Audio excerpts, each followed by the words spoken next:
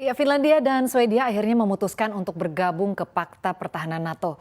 Bergabungnya dua negara Skandinavia ini terjadi saat aliansi pimpinan Amerika Serikat itu bersitegang dengan Rusia terkait Ukraina. Nah, ini adalah perubahan dramatis bagi dua negara yang telah mendefinisikan identitas geopolitik mereka sebagai negara yang netral dan tidak berpihak. Setelah menolak keanggotaan NATO dalam waktu yang cukup lama, keduanya akhirnya terdorong untuk mempertimbangkan kembali kepentingan keamanan mereka. Sebetulnya ada apa sih dan apa yang membuat kedua negara tersebut berubah pikiran dan akhirnya mau bergabung ke NATO? Kita bahas bersama dalam Rusia Perkuat Aliansi Tandingan NATO. Iya, Rabu 18 Mei 2022 Finlandia dan Swedia ini secara resmi mendaftar begitu ya untuk bergabung dengan aliansi NATO. Kedua negara itu kini memasuki proses aksesi yang diperkirakan hanya memakan waktu beberapa minggu saja. Mungkin banyak yang penasaran ya, kenapa sih Finlandia dan Swedia mau mendaftar jadi anggota NATO? Jadi sebetulnya keputusan untuk bergabung ke NATO didorong oleh situasi serangan Rusia ke Ukraina. Dan kurang lebihnya ini juga merupakan upaya dari kedua negara tersebut untuk memastikan keselamatan rakyatnya dan juga mencegah agar tidak ada perang di masa depan karena ketegangan yang terjadi di Eropa Timur itu menimbulkan kekhawatiran bagi kedua negara tersebut. Jadi kalau kita lihat ya, keputusan mereka untuk bergabung dengan NATO adalah salah satu perubahan yang paling signifikan dalam arsitektur keamanan Eropa selama beberapa dekade. Sementara itu, aliansi NATO juga menganggap bahwa aksesi Finlandia dan Swedia akan sangat memperkuat posisi NATO di Laut Baltik. Iya, NATO sendiri adalah aliansi militer yang didirikan pada 4 April 1949 ya. Jadi kalau kita melihat sejarahnya dibentuk NATO tidak lepas dari persaingan blok barat dengan Uni Soviet pasca Perang Dunia Kedua.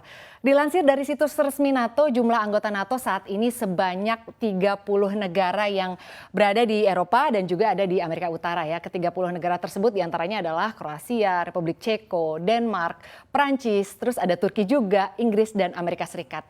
Nah, pada perkembangannya NATO memiliki partner countries untuk bekerja sama dalam menghadapi tantangan dan permasalahan pertahanan dan keamanan internasional. Jadi kalau kita bicara kekuatan NATO, NATO saat ini nih lagi pamer kekuatan dekat Rusia begitu ya. Jadi sejak Senin 16 Mei 2022 hingga 3 Juni mendatang, Aliansi Pakta Pertahanan Atlantik Utara atau NATO menggelar latihan militer besar-besaran di dekat perbatasan Rusia-Estonia. Jadi latihan itu disebut sebagai Hedgehog 2022, salah satu latihan militer terbesar dalam sejarah negara Baltik itu.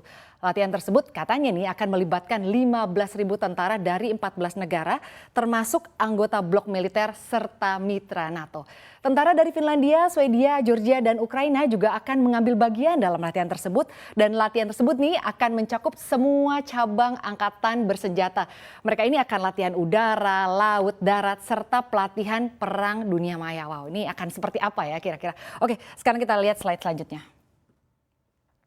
Ya, sebelum Finlandia dan Swedia resmi mengajukan keanggotaan aliansi NATO, seorang politisi Rusia memperingatkan bahwa Helsinki ini sangat dekat untuk dihantam rudal nuklir dari negaranya.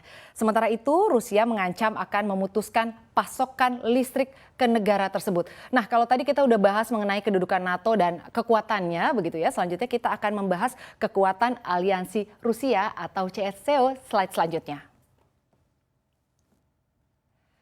Ya, ini Pakta Pertahanan Keamanan Kolektif atau Collective Security Treaty Organization atau CSTO merupakan sebuah aliansi pertahanan yang saat ini beranggotakan negara-negara bekas wilayah Uni Soviet yakni Rusia, Belarus, Armenia, ada Kazakhstan juga begitu ya, ada Kirgistan dan Tajikistan dan sebelumnya Uzbekistan juga merupakan anggota aliansi itu hingga tahun 2012.